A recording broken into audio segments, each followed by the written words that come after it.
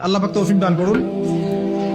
ইনশাআল্লাহ আজকের লেকচার যাদের কানে যাবে, আমরা যদি না খেয়েও মরে যাই, আল্লাহ পাক না খেয়ে মারবেন না ইনশাআল্লাহ। রিজিক আছে, খাবো ইনশাআল্লাহ। কিন্তু হয়তো বা অভাব হবে, টাকা পয়সা একটু কম হতে পারে, অন্যের 10 তলা ফ্ল্যাট হবে, আমার হবে না, ঠিক আছে, অন্যের এত বিঘা বিঘা জমি আমার হয়তো হবে না। কিন্তু ইনশাআল্লাহ তাআলা এই যে দুনিয়ার মুসাফিরের জীবনটা, এটা মুসাফিরের জীবন না, মুসাফিরের জীবনটা কেটেই যাবে ইনশাআল্লাহ। কাটবে না? যে কোনো ভাবে কেটে তো যাবেই ইনশাআল্লাহ।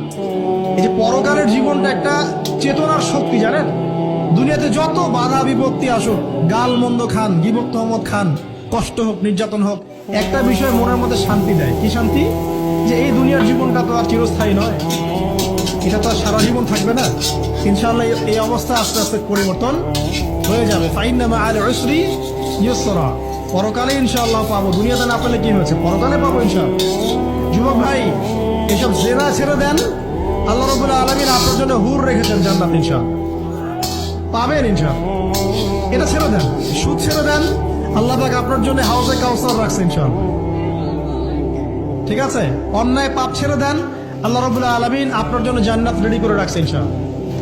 এই দুনিয়ার জীবনটা ধোঁকা, একটা ছোট্ট জীবন।